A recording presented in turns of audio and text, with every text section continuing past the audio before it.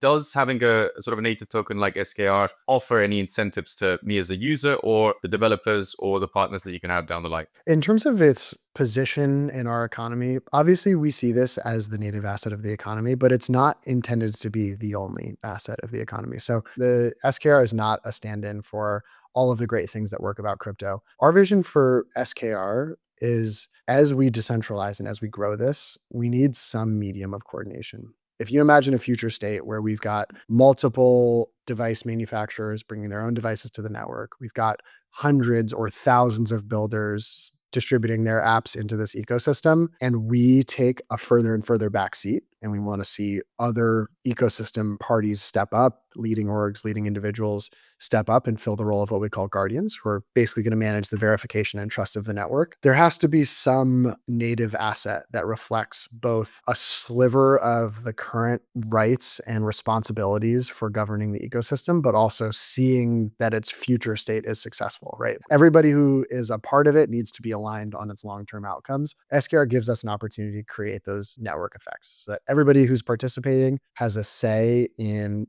what devices can come, what software can be distributed. And so that's ultimately why we're introducing it.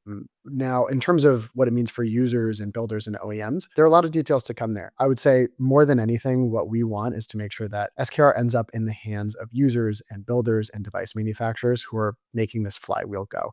We don't want this to become a barrier to entry, but rather a means to recognize the people who are making this whole thing possible. At the end of the day, this is about coordination. This is about giving control of this platform back to its participants, as opposed to the existing walled gardens, which say, hey, we're going to make all the decisions. You guys are just going to have to live with it because we've built this and we own it.